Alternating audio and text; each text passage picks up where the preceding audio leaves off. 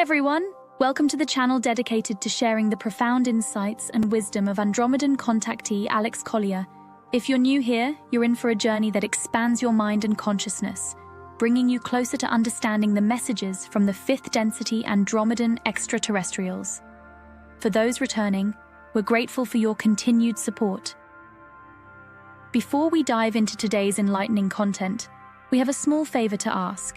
If you find value in the knowledge shared in this video, please consider hitting that like button, subscribing to our channel, and clicking the bell icon so you never miss an update. Your engagement helps us amplify Alex Collier's message, allowing us to reach a larger audience with these vital messages.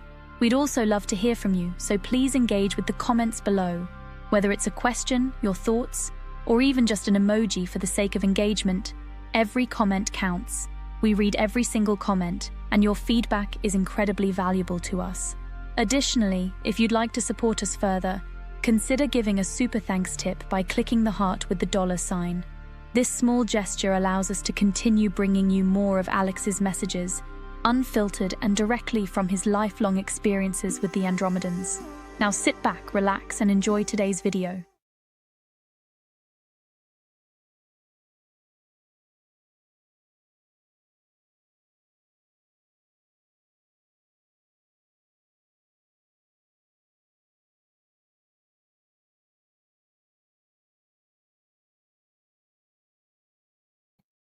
Who is actually recording our history? There have been so many lies and destruction of evidence. Thank you. Well, that's a good question. There is a lot of history in the archaeological record. But holographic technology is not new, at least off-world. And I've shared with you the camera that the A's use. I have seen it used where they take a picture of someone and this camera has the ability to see conception to the present moment. And what they do is it records everything, including changes in the body, and they can pull out a slide and use it to reform it, to re-heal the body, someone's same own frequency, etc. Well, the camera can also be used, a different type of version of it, can also be used in planets and solar systems. This is how they study history. This is how they record history. When their science teams go to different worlds, they know already the history of the world. They know how it got to where it is. They're not going in there cold and rediscovering it for the first time. They're there to verify, usually, and to record the changes they already know using their holographic camera. So the holographic camera, the larger ones, and I don't know what else to call the large one, would take a picture of a solar system and it would see how it formed, what the different frequencies of the planets were, the changes that they went through due to solar flares or meteors or asteroids, etc., plasma fields, whatever the path of the solar system is, all those changes would show up in the film or in the holograph. And then what they can do is they can use that camera and they can go back, knowing the timeline of when specific events occurred. They could actually time travel to those moments, step into that reality and look at it and take samples, etc., and then step out of that holograph and study it in their own labs on their own motherships. So what I'm saying is that archaeology, planetology, is absolutely an unlimited field. And it's absolutely fascinating because of the diversity is literally just off the charts. There are almost no solar systems that are alike. They're all virtually different in so many ways, and each one deserving of time and exploration and study because of the way they formed and the energies and the frequencies and how solar systems acquired their their harmonic tone and frequency song. It's interesting, and sometimes they've changed with more moons coming into a solar system. They do affect the frequency change, and they create a different tone or a series of tones. When a planet is pulled out of a solar system, it does exactly the same thing. So there's all these things that happen when you have a planetary system, let's say as Nibiru. When it passes through our solar system, or when it did, it would change the frequency in the song of our solar system. And towards the end, before it returns to its cycle back, it begins to normalize, and it just about achieves its original harmonic frequency before it's interrupted again. So there's all these things, sciences we don't know anything about, that the A's and many other systems know, star nations know. For example, they can fly by a solar system, and based on the recordings of its resonant field, they can tell if something has happened, because other star nations, including the A's, when they've passed by the same system, they would have recorded what that system sounded like. And they have this database, for lack of a better word, where they compare everything. So, because they're all star travelers, they all share maps, they all share changes in the galaxy.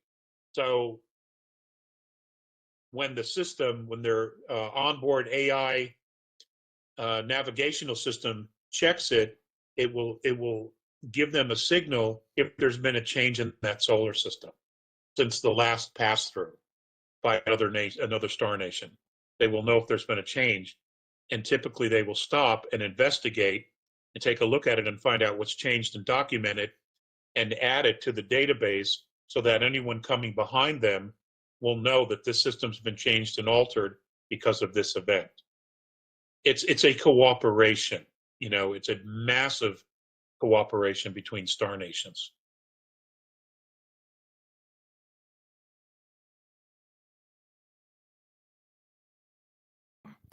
Hi, Alex and the 18. Would love to have your feedback on the differences between Baal, Lucifer, Satan, Beelzebub, Mephistopheles, Iblis. Many people talk of differences, and I would love to get your take on all this. Thank you and the team for all you do.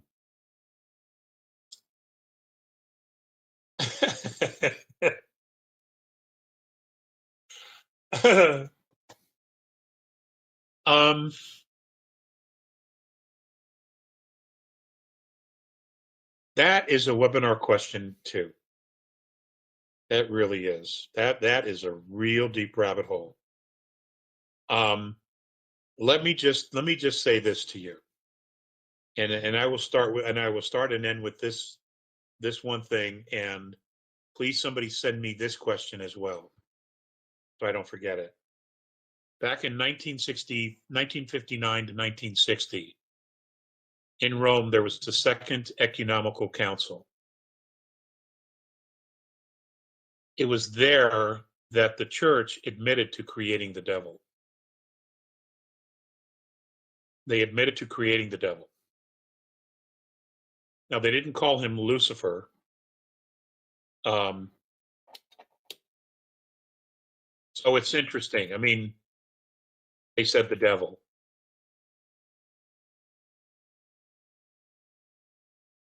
So how much of what has come down to us is real? How much of it is true, genuine history? How much of it was created in order to instill fear in children, so that when they grew up to be adults, they would pass on that fear to their children?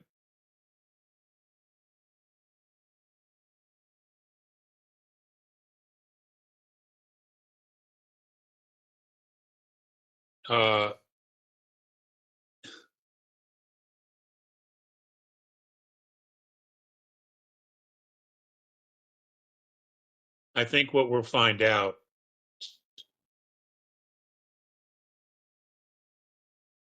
is that there were several extreme root altars whose names have been altered and changed and in stories and books, mythology, in order to continuously generate fear. And I know that the history of our planet will be one of the most important disclosures humanity will ever get. Mornay has said, and this was, many, many years ago, at least 20 years ago, when we talked about this, that they had an idea, and I don't know if it's still appropriate or not, or if they're going to do this. They had been discussing this with other star nations, where they would show what we would call a movie, a projection of the history of the planet in the sky, all around the world at the same time. So the world would see it all at the same time and know what our true history of the planet was. It could be one side of the planet, it would start at nighttime, and as the sun moves, then it would be on the other side. And those in daylight would then be discussing it. Those on the night side would be seeing it for the first time themselves. So that within a full day, everyone would still be talking, would be at that point talking about what they had seen, and everybody would have seen it. And then they would go to the next chapter and the next chapter and the next chapter, and showing humanity the true history of our planet. Because you have to remember something, they're not necessarily targeting the oldest of us, but the youngest of us, because they're the ones who are inheriting all these changes. Those of us, we're here to ground the information, to ground the changes, to ground some of the old traditional ways, which were very purposeful and were very, very good in structuring humanity. But it's going to be the future generations that will inherit the change.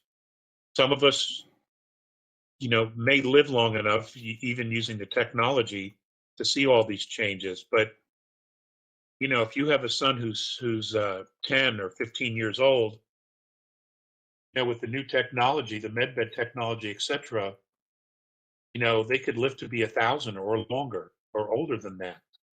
I don't know that that's possible for our generation now. I just simply don't know. But they probably will, because as you know, technology will only get better and better. So we'll just have to see. It's difficult to know because there's so many moving parts to this. And all these moving parts revolve around the consciousness of us, our humanity. How accepting will we be? How open are we to this? Are we willing to step in and take over? Are we willing to take responsibility? Are we willing to step into our power and be leaders? These are all questions that we ourselves have yet to answer, because so few of us have even been introduced to these questions. It's only beginning the process now, if that makes any sense. Thank you so much for watching today's video. If you found it insightful, please like the video, and if you haven't already, please subscribe to our channel and click the bell icon so you don't miss out on future updates. If you have any questions relating to today's video, please also leave them below. We read all the comments and take on board what our viewers have to say about Alex Collier's work. Remember, your support helps Alex Collier's knowledge and the messages from the Andromedans reach more people. If you'd like to support the channel even more, you can give us a super thanks tip by clicking the heart icon with a $sign. It really helps our team bring you more content. Also, be sure to visit alexcollier.org to sign up for our regular email newsletter. It's the best way to stay updated with the latest news, exclusive content, and upcoming live webinars. For the latest insights from Alex Collier, check out alexcollier.live. And if you want to explore over 250 past webinars, head over to alexcollier.tv. Thank you for being a part of this journey and supporting Alex Collier's work. We couldn't do this without you, and we're genuinely grateful for your support. Until next time, stay curious and keep exploring the vast mysteries of our universe. If you would like to see the Andromedan contactee Alex Collier live via video stream, we hold a live online seminar every Friday at 2 p.m. Eastern Time. For more information on upcoming live webinars, please visit alexcollier.org.